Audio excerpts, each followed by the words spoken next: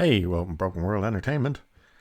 And the shit show of Rings of Power once again continue, with the showrunners providing the bogus answer for the decision to include a wizard. Yes, this time we're talking about fake Gandalf. Gandalf, not Gandalf, but is Gandalf. So, Grace Randolph. Let's see what they have to say. Because, it just shows you how stupid they are again. But anyway, the Rings of Power showrunners J.D. Payne provided another bogus answer as to why he and his co-showrunner Patrick McKay and Prime Video decided to include a wizard in the show. The Rings of Power includes a character the show calls the Stranger. Gandalf, not Gandalf, but it's totally Gandalf. A portion of the story follows this character's story as he arrives on Middle-earth as comet or meteor, and then aids the Harfoots in their migration and eventually defends them from a number of minions of Sauron who were tracking him and believed he was Sauron. And then they turned him into Nazguls. Or as on Hilver's Spaceface? Maybe Quarter Black on FNT called them as girls.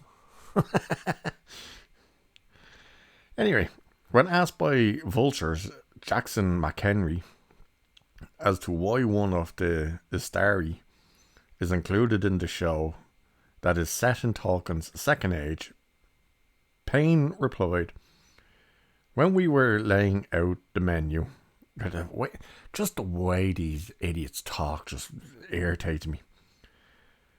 "When we were laying out the menu, so to speak, that we felt would be in the classic Tolkienian epic,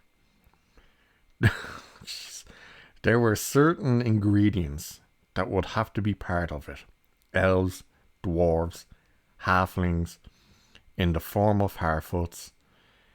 It was hard for us to think of a Middle-earth tale that did not have a wizard in it."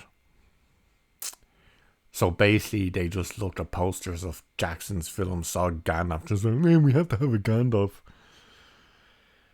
Payne continued, of course he did, "We also found hints within the text that while the wizard's most prominent role was in the Third Age, some of the Istari wandered unknown among the beings of Middle-earth even earlier than that. Finally, he concluded, whether that's one of the ones that are named like Gandalf or Saruman or other ones, we will leave to the series to unveil." Dun, dun, dun. Cabbages.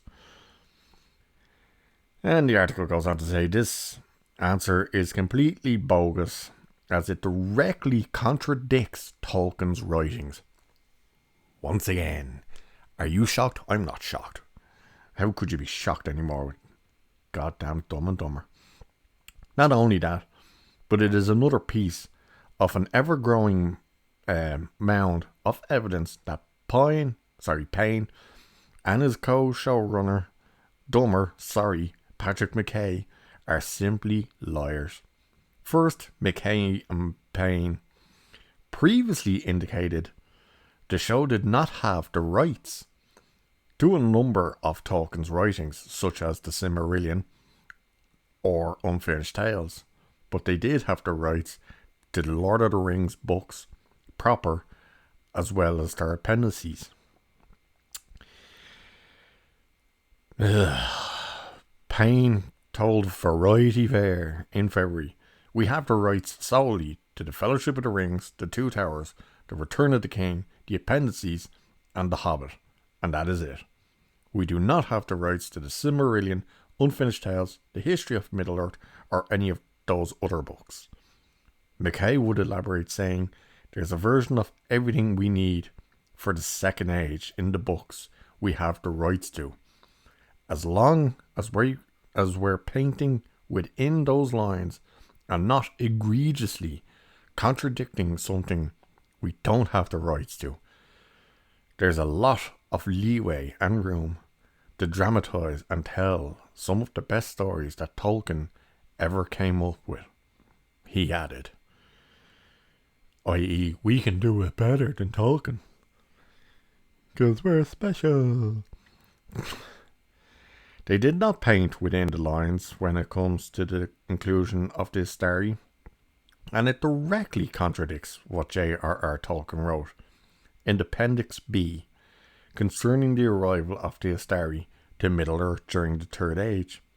In the second paragraph of Appendix B, which is subtitled The Third Age, Tolkien wrote, "When maybe 1,000 years had passed, and the first shadow had fallen on Greenwood the Great, the Astari, or wizards, appeared in Middle-earth."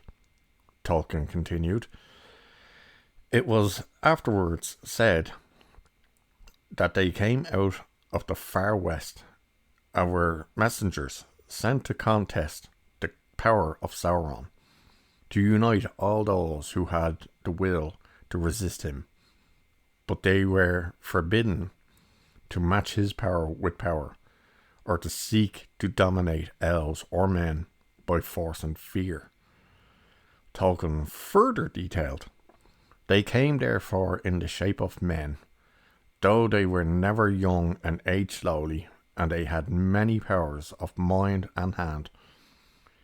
They revealed their true names to a few, but used such names as were given to them. The two highest of this order, or whom it is said there were 5, were called by the elder Curian, the man of skill, and Midorender, or something like that. I'm not sure how you pronounce that. The Grey Pilgrim, by the men in the north, Saruman and Gandalf. Of course, Gandalf was in grey at the beginning and Saruman was in white. So, one of them journeyed often into the west, but dwelt at least in Isengard. The other one was closest in friendship with the elder, and wandered mostly in the west, and never made for himself any lasting abode, Tolkien explained. By 1100 of the Third Age, the wise, the Astari and the chief elder, discovered that an evil power has made a stronghold at Dol Guldur. It is thought to be one of the Nazgul. In letter 144 to Naomi Mitchinson, Tolkien also noted, "Their origin was not known to any but a few, such as Elrond and Galadriel, in the Third Age." In the Third Age, keep that in mind. They are said to have first appeared about the year 1000 of the Third Age, when the shadow of Sauron began first to grow again to new shapes. He continued, "They always appeared old, but grew older with their labours, slowly, and disappeared with the end of the rings. They were thought to be, oh Jesus, emissaries. I don't know why that entire word just went in my head. In terms of this tale from the far west beyond the sea, and their proper function maintained by Gandalf and prevented by Saruman was to encourage and bring out the native powers of the enemies of Sauron. Gandalf's opposite was strictly Sauron in one part of Sauron's operations, as Aragorn was in another. So, again, you're just seeing that the wizards didn't show up until the third age. At least in physical form. Like, looking like man. And yet these two donkeys continue to do this shit. They keep going, oh, we went back to the books, we went back to the books, we went back to the books. And then you're looking at the books and it's like, no. It specifically says they arrived at this stage, or this happened, and or that person wasn't there. And they're like, oh, we did it better. Tolkien never said, so, you know. Jesus Christ. It's like a seal door. Why has he now got a sister? The only reason that girl was injected into the show was to lend a female voice to his family. That's it. And that's the reason they gave. Oh, Jesus Christ. So they made up characters. They put characters that should have only been in the third age into the second age. And now here they are talking about, oh, well, as long as we don't egregiously go through past the lines and contradict stuff. And then they just completely contradict stuff. Blur the lines. They went above and beyond the lines. My God. And now season 2 was coming and they're saying they're not going to listen to the fans' complaints. Isn't that great? So everything the fans have been complaining about, they're like, don't worry about that. We know what we're doing. Because we're special. Goddamn special, alright. Special Olympics. What? Who said that? That was out of order. Who said that? Goddamn window lickers. Anyway, there you go. They're talking out their arses again. Thinking they know better. Thinking if we say this, no one's going to know. Because they think the normies are going to be watching the show.